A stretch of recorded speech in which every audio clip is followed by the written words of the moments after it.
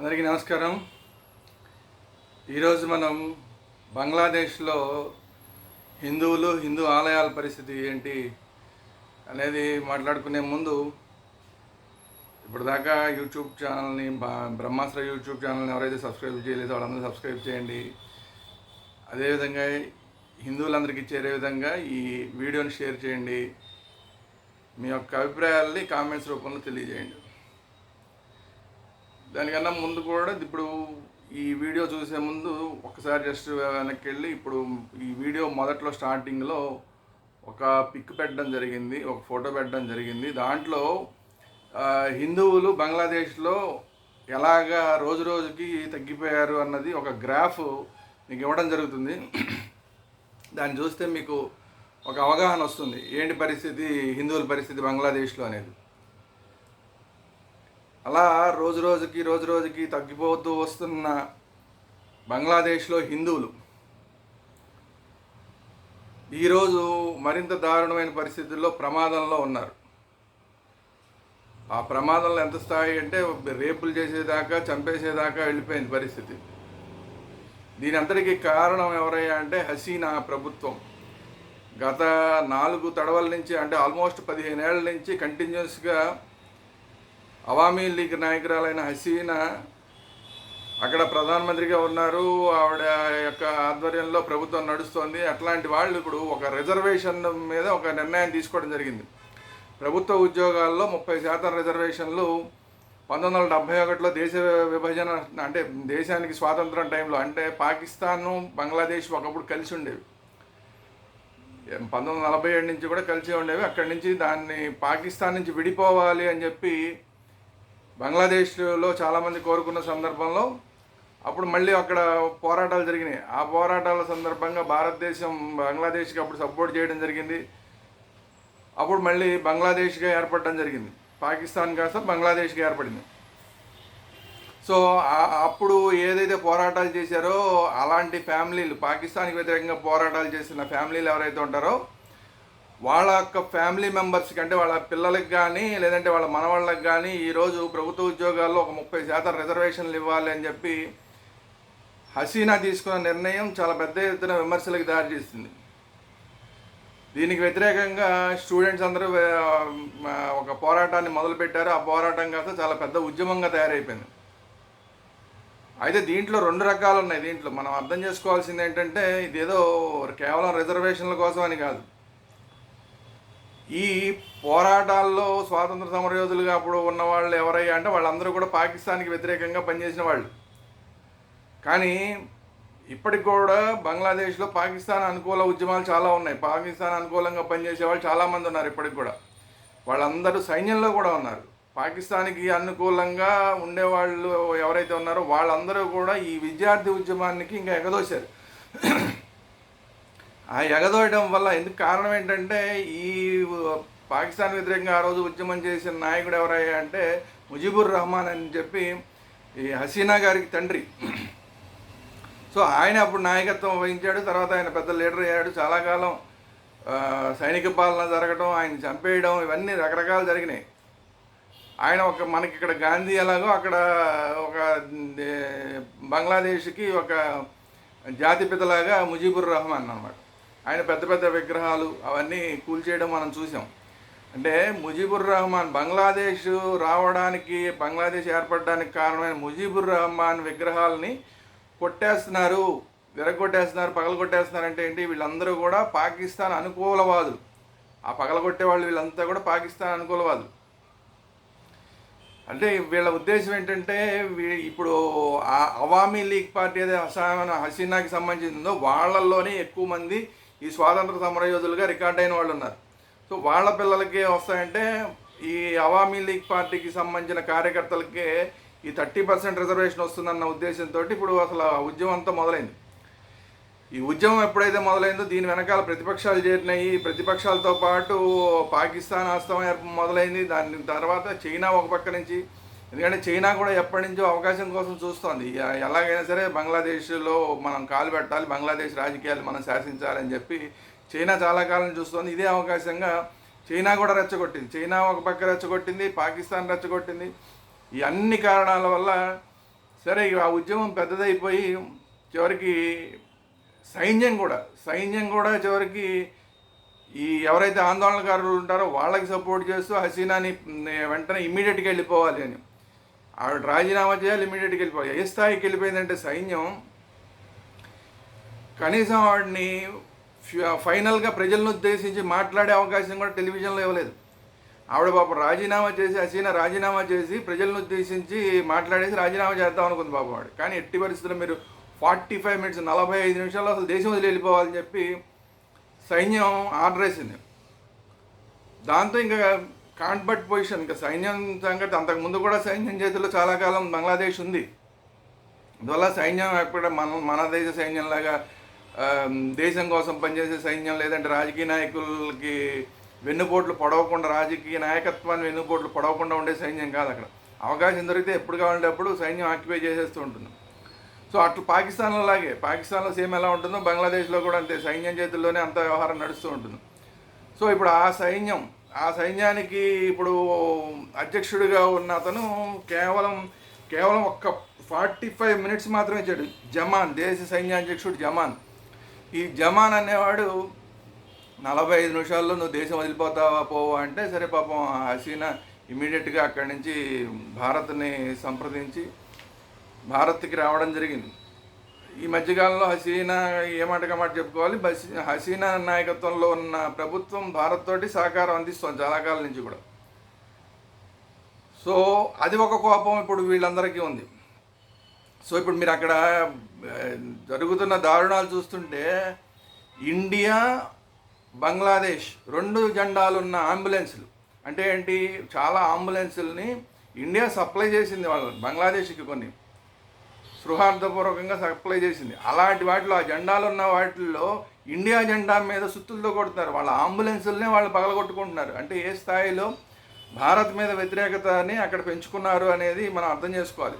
అంటే భారత్ ఒక పక్కన ప్రభుత్వం ఏమో భారత్ తోటి కలిసిమెలిసి పనిచేస్తూ ఉంటే, ఈ ఆందోళనకారులు అందరూ భారత్ వ్యతిరేకంగా పనిచేస్తున్నారంటే వీళ్ళంతా ఎవరు, పాకిస్తాన్ సపోర్టర్స్. ఈ పాకిస్తాన్ సపోర్టర్స్ అందరూ కూడా భారత్ వ్యతిరేక ఆందోళనలో ఇదే సందని చెప్పి భారతదేశానికి సంబంధించిన చిహ్నాలు ఎక్కడ కనపడినా వాటి మీద దాడులు చేయడం. అలాగే ఒకటి ఇందిరాగాంధీ సాంస్కృతిక కేంద్రం ఒకటి ఉంది. ఆ ఇందిరాగాంధీ సాంస్కృతిక కేంద్రాన్ని పూర్తిగా ధ్వంసం చేసి తగలబెట్టేశారు. యాక్చువల్గా అసలు బంగ్లాదేశ్ అనేది ఏర్పడడానికి సహాయం చేసిందే భారత్. అట్లాంటి భారతదేశం మీద వీళ్ళందరికీ కూడా ఇప్పుడు కోపం. మరి అంటే వీళ్ళందరూ ఎవరో అనేది మనం పాకిస్తాన్ సపోర్ట్స్ అనేది క్లియర్గా తెలిసిపోతుంది. ఇది కాకుండా హిందూ దేవాలయాల మీద దాడులు చేస్తున్నారు. అసలు రిజర్వేషన్ ఉద్యమానికి హిందూ దేవాలయాలకి ఏం సంబంధం? హిందూ దేవాలయాలు, ఇస్కాన్ లాంటి సంస్థల మీద, కాళీ టెంపుల్స్ మీద దాడి చేశారు. ఇస్కాన్ దేవాలయం అంటే మామూలు విషయం కాదు. ఇస్కాన్ దేవాలయం ఆ గతంలో ఆ ఉద్యమం జరిగిన టైంలో అనేక మంది అనాథలైపోతే, ఏమీ దిక్కులేని పరిస్థితి అయిపోతే కొన్ని సంవత్సరాల పాటు అనేక మంది ముస్లింలకి భోజనం పెట్టింది ఇస్కాన్ సంస్థ అక్కడ. అట్లాంటి ఇస్కాన్ సంస్థకి సంబంధించిన టెంపుల్స్ని తగలబెట్టేశారు అంటే ఎంత దుర్మార్గమైన చర్యలు దిగారు అనేది మనం అర్థం చేసుకోవచ్చు. సరే, ఇంకా హిందూ దేవాలయాలు అయితే అసలు చెప్పనేకల, కాళీ టెంపుల్స్ అయితే ఎన్ని తగలబెట్టేశారో లెక్కలేదు, ఒకటి కాదు. అట్లాగే మామూలు హిందువుల ఇల్లు అని తెలిస్తే చాలు, ఇది హిందువుల ఇల్లు అని తెలిస్తే చాలు వెళ్ళి అక్కడ పగలగొట్టేయడం, అక్కడ రేప్, ఆడవాళ్ళు కనపడితే ఆడవాళ్ళని రేప్ చేసేయడం, మగవాళ్ళని తన్నేసి కొట్టేయడం. దాదాపు ఇప్పటిదాకా లెక్కల ప్రకారం 450 మంది చనిపోయారు. ఎలాగైనా కానీ, అటు కానీ ఇటు కానీ, అంటే సైన్యంలో కానీ, అంటే పోలీసుల్లో కానీ, సైన్యంలో కాదు పోలీసుల్లో కానీ, లేదంటే ఈ ఆందోళనకారులు కానీ, లేదంటే ఆందోళనకారుల చేతుల్లో చనిపోయిన, ఇట్లా ఆల్మోస్ట్ 450 మంది చనిపోయారు. అంటే ఇది అఫీషియల్గా కనిపిస్తున్న లెక్క. అనఫీషియల్గా దారుణాలకి ఎంతమంది బలి అయిపోయారు, హిందువులు ఎంతమంది రేపులకు గురైపోయారు మహిళలు అనేది చెప్పలేం, అట్లాంటి పరిస్థితి. అట్లాగే అక్కడ ఒక సంగీతకారుడు, చాలా ఫేమస్ సంగీతకారుడు ఉన్నాడు. అతని పేరు అంటే రాహుల్ ఆనంద్. ఇతని ఇంటిని మొత్తం తగలబెట్టారు. చాలా ఫేమస్ సంగీతకారుడు. అక్కడ కేవలం హిందూ అవడమే అతను చేసిన పొరపాటు అనమాట, అతను చేసుకున్న కర్మ. అతని అదృష్టం ఏంటంటే అతను తప్పించుకోగలిగాడు, ఈ దాడి నుంచి అతను తప్పించుకోగలిగాడు. కానీ అతని ఇంట్లో ఉన్న సామాన్ అంతా కూడా ధ్వంసం చేసేశారు. అట్లాగే అతని ఇంట్లో ఒక 3000కు పైగా సంగీత పరికరాలు ఉంటే వాటన్నిటిని ధ్వంసం చేసి పడేశారు.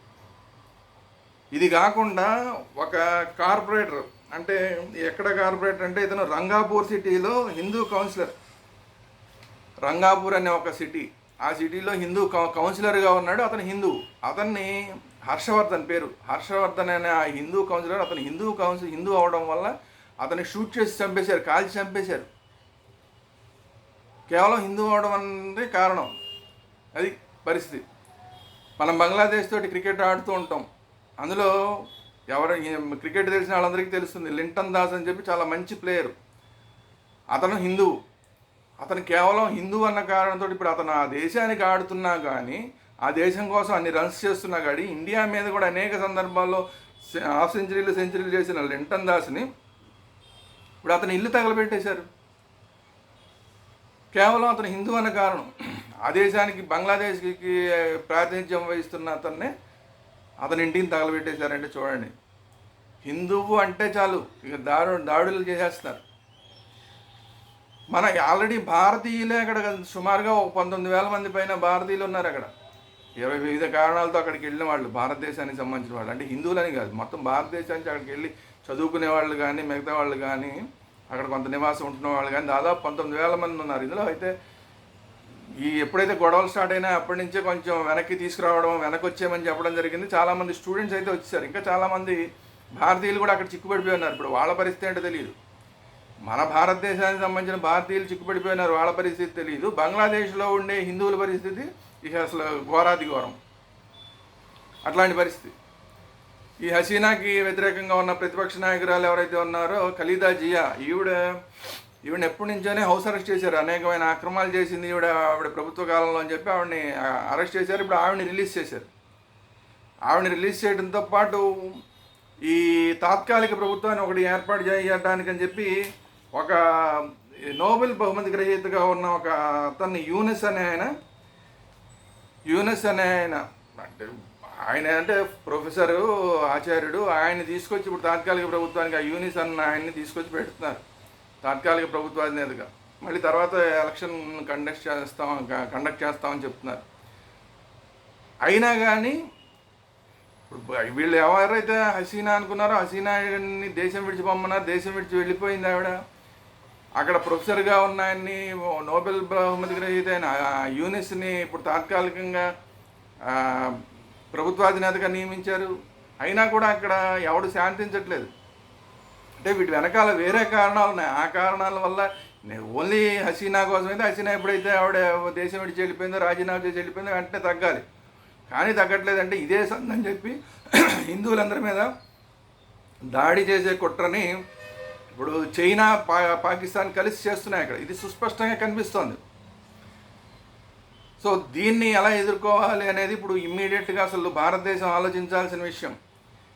ఇప్పుడు అసలు ఇలాంటి వాటిని ఆపాలంటే అసలు ముందు ఈ దేశం, బంగ్లాదేశ్ నుంచి అసలు అక్రమంగా వలస వచ్చిన ముస్లింలు ఎవరైతే ఉన్నారో వాళ్ళందరినీ కూడా ముందు బంగ్లాదేశ్ తెరివేయాలి. అప్పుడు కానీ అక్కడ తగ్గదు. లేదంటే కనుక మనం చూస్తూ ఊరుకుంటే అక్కడ ఉన్న హిందువులందరినీ కూడా చంపేసినా కూడా మనం పెద్ద ఆశ్చర్యపోవక్కల. ఒక్క హిందువు కూడా లేకపోయినా కూడా ఆశ్చర్యపోవక్కల. అట్లాంటి పరిస్థితి.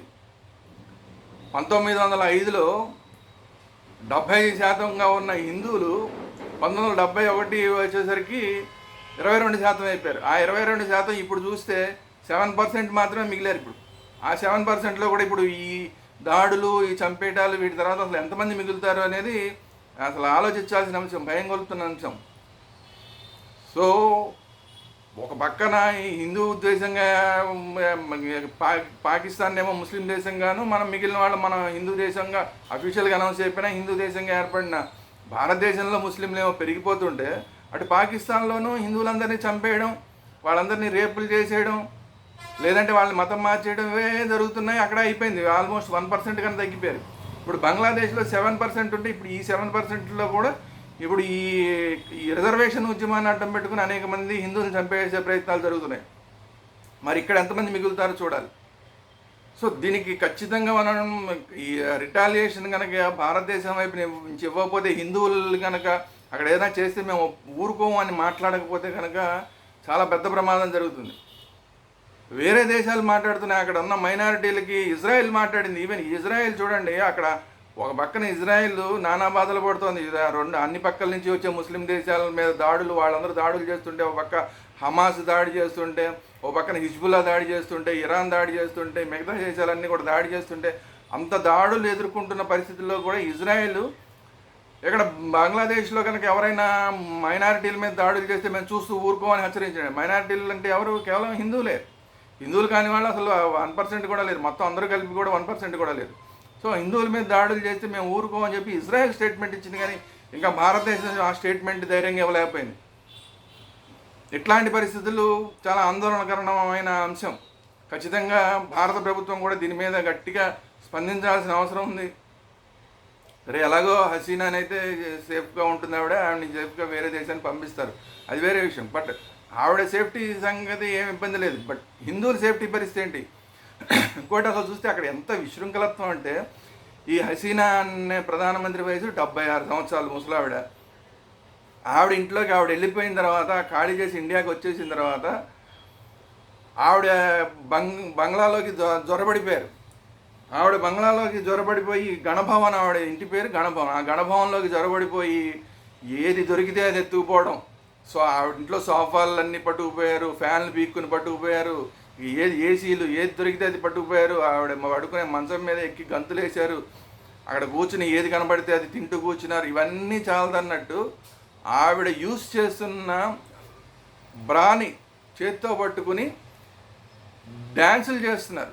76 సంవత్సరాల ముసలావిడ యూజ్ చేసిన బ్రాని దాన్ని పట్టుకుని ఏదో విజయం సాధించేసినట్టు దాన్ని గాలిలో ఊపుతూ పట్టుకుని డ్యాన్సులు చేస్తున్నారంటే ఎంత స్థాయికి దిగజారిపోయారు వీళ్ళంతా అనేది ఒకసారి బంగ్లాదేశ్లో ఉన్న పరిస్థితి, ఆ యువతని ఎంతగా పక్కదారి పట్టించేశారు. అక్కడ ఉన్న ప్రతిపక్షాలు కానీ, పాకిస్తాన్ వేర్పాటువాదులు ఎవరైతే ఉంటారో వాళ్ళు కానీ, ఈ చైనా సోర్సెస్ ఎవరంటారు వీళ్ళందరూ కానీ, వీళ్ళంతా ఏ స్థాయికి అక్కడ ఉన్న యువతని పక్కదారి పట్టించేశారు అనేది అర్థం చేసుకోవచ్చు. ఎక్కడ పడితే జూలోకి దూరిపోతున్నారు, జూలో జొరబడిపోయి ఆ జింకల వెనకాల పరిగెడుతున్నారు, జింకల్ని పరిగెట్టించి రాక్షసానందం పొందుతున్నారు. హిందువులు ఎవరు కనబడితే వాళ్ళ ఇళ్ళలోకి జొరబడి తగలబెట్టేయడం, ఆడవాళ్ళు దొరికితే వాళ్ళేమో రేపులు చేయడం, వాళ్ళని నానా బాధలు పెట్టడం, రాక్షసానందం పొందుతున్నారు. అంటే జంతువుల్ని కూడా విడిచిపెట్టకుండా జూలో పడి వాళ్ళందరూ విశృంఖలంగా ప్రవర్తిస్తున్నారంటే ఎంత రాక్షసానందం ప్రవర్తిస్తున్నారు చూడండి. దీనికి రిజర్వేషన్కి ఏ సంబంధం లేదు. పరిగెట్టే లేడీకి వీళ్ళని చూసి భయపడి ప్రాణభయంతో పరిగెడుతున్న లేడీకిను రిజర్వేషన్కి ఏ సంబంధం లేదు కదా. అక్కడ ఉన్న హిందువులకి రిజర్వేషన్లకి ఏం సంబంధం లేదు కదా. ఇస్కాన్ టెంపుల్కి రిజర్వేషన్లకి ఏం సంబంధం లేదు కదా. కాళీ టెంపుల్స్కి రిజర్వేషన్కి ఏం సంబంధం లేదు కదా. అక్కడ ఉన్న సంగీతకారుడికి రిజర్వేషన్స్కి ఏం సంబంధం లేదు కదా. క్రికెటర్ లింటన్ దాస్కి రిజర్వేషన్స్కి ఏం సంబంధం లేదు కదా. ఏ సంబంధం లేని వాళ్ళని రిజర్వేషన్ ఉద్యమం మాటున రిజర్వేషన్తో సంబంధం లేని వ్యక్తుల్ని కేవలం హిందువులన్న కారణంతో కాల్చి చంపడమా, లేదంటే రేప్ చేసి ఇబ్బంది పెట్టడమా, లేదా తన్ని తెరవేయడమా, దేశం నుంచి తన్ని తెరవేయడమా, లేదా వాళ్ళ ఆస్తులన్నీ దోచేసుకోవడమా, ఇదంతా చేస్తున్నారు. కాబట్టి ప్రతి ఒక్క ప్రపంచవ్యాప్తంగా హిందువులందరూ కూడా దీని మీద రెస్పాండ్ అవ్వాల్సిన అవసరం ఉంది. ముఖ్యంగా భారత ప్రధానమంత్రి మోడీ గారు దీని మీద చాలా తీవ్రంగా స్పందించాల్సిన అవసరం ఉంది. ఒక స్ట్రాంగ్ స్టేట్మెంట్ని బంగ్లాదేశ్లో నూతనంగా ఏర్పడుతూ ప్రభుత్వానికి ఒక స్ట్రాంగ్ స్టేట్మెంట్ని పంపించాల్సిన అవసరం ఉంది. పిచ్చి వేషాలు అయితే చూస్తూ ఊరుకోము, మీకు అసలు బంగ్లాదేశ్ వచ్చేలాగా చేసింది మేము, అవసరమైతే మిమ్మల్ని కూడా కంట్రోల్లో పెట్టడం మాకు తెలుసు అన్న ఒక స్పష్టమైన మెసేజ్ని బంగ్లాదేశ్కి పంపించాల్సిన అవసరం ఈరోజు ప్రధానమంత్రి మోడీ గారికి చాలా ఆయన చేతుల్లో ఉంది. ఆయన ఖచ్చితంగా ఈ పని చేస్తారని చెప్పి పూర్తిగా హిందూ సమాజం మొత్తం కూడా మోడీ గారి వైపు చూస్తోంది. మోడీ గారి నుంచి ఇలాంటి ఒక స్ట్రాంగ్ స్టేట్మెంట్ని ఆశిస్తోంది.